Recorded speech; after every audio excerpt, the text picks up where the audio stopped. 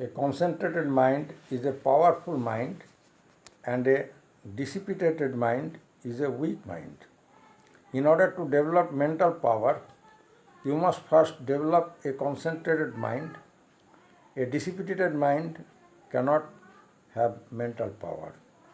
If the thoughts are scattered, they can be brought into concentrated focus by specific concentration practices. Then your mind will become so powerful that you can influence the minds of others. You can influence your character, your health, your whole life. If you have a stomach disorder, mental disorder, breathing disorder, or any disorder, you can remove it by willpower alone. How can you develop willpower? The secret is to concentrate the mind on one point. What is meant by a strong mind? A strong mind is one which can carry out its own decisions. In contrast, a weak mind is one which decides one thing but does another. From tomorrow, I am going to do this or that, but when tomorrow comes, you forget everything. You are still the same because your mind is dissipated.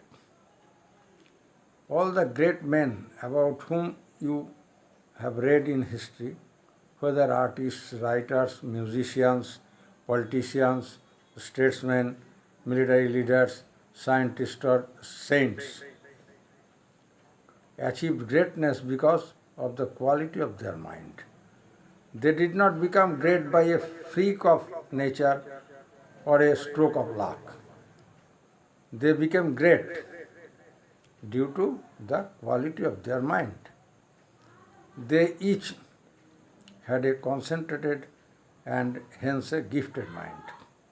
If you want to do something or become something in your life, the quality of your mind has to be improved. If you have a low quality of mind, then your performance in all spheres will be poor. If the quality of your mind is high, then your performance will be correspondingly very great. To develop the higher quality of mind, you will have to analyze yourself and your aims, and you will have to give some time to the practice of concentration in the morning and evening.